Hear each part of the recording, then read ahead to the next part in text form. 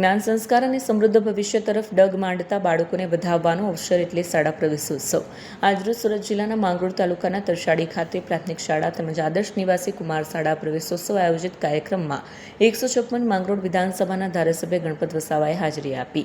વિદ્યાર્થીઓને કુમકુમ તિલક કરી હજભેર આવકાર્યા અને ગણપતસિંહ વસાવા સાહેબે તેમના માતા પિતાના સ્મરણાર્થે બાળકોને નોટબુકનું વિતરણ પણ કર્યું. આ શુભ પ્રસંગે તાલુકા પંચાયતના સભ્યો, શિક્ષકગણ, વિદ્યાર્થી તેમજ ગ્રામજનો મોટી સંખ્યામાં ઉપસ્થિત રહ્યા. કેમેરામેન સુમિત વસાવા. 25 થી 30% હતી એ સંખ્યા આજે માત્ર 1% રહી ગઈ છે. કારણ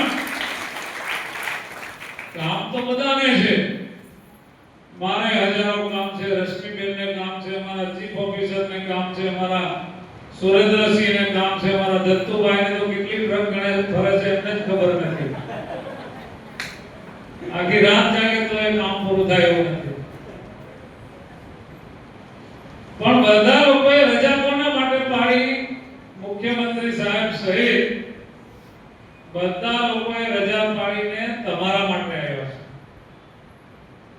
અને જ્યારે બધા ભેગા થાય ને ત્યારે સમાજમાં જાગૃતિ આવે, શિક્ષકોમાં જાગૃતિ આવે, વિદ્યાર્થીઓમાં જાગૃતિ આવે.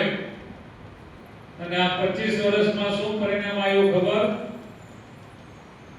આદિવાસી દીકરીઓ સૌથી વધારે શિક્ષણની ટકાવારીમાં ઉપર ગઈ. ડાયરેક્ટ 25 થી 30% શિક્ષણ આદિવાસી દીકરીઓમાં વધી ગયું. કારણ કે નરેન્દ્રભાઈએ જોયું કે એકલા શાળા પ્રવેશ મહોત્સવથી કામ ચાલશે નહીં.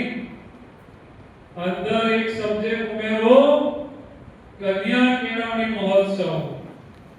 કારણ કે આ આદિવાસી આપણા સમાજની અંદર એવી માન્યતાઓ હતી. પહેલા તો ભાઈ તો એવું વિચારતા હતા કે ભણેલી દીકરી તો બે કુળને તારે.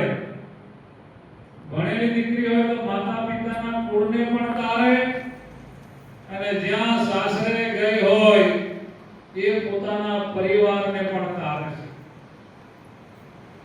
અને આજે નહીં, વર્ષો પહેલા ડોક્ટર બાબા સાહેબ આંબેડકરે પુસ્તક લખ્યું છે અને એમાં ઉલ્લેખ કરવામાં આવ્યો છે કે કોઈ પણ પરિવાર, કોઈ પણ સમાજ અને કોઈ પણ દેશનો વિકાસ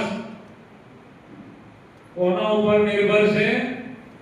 કે તમે બેન દીકરીને સમાજમાં, ઘરમાં અને દેશમાં કેટલું મહત્વ આપો છો, એ જ દેશનો વિકાસ થવાનો છે. આજે આપણા કરતા પાછળ આઝાદ થયેલા ઘણા બધા દેશ છે. કેમ આગળ નીકળી ગયા?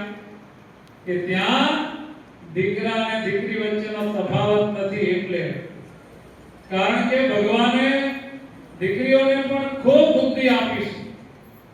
દીકરાઓ જેટલી જ શક્તિ દીકરીઓમાં પણ પડેલી છે.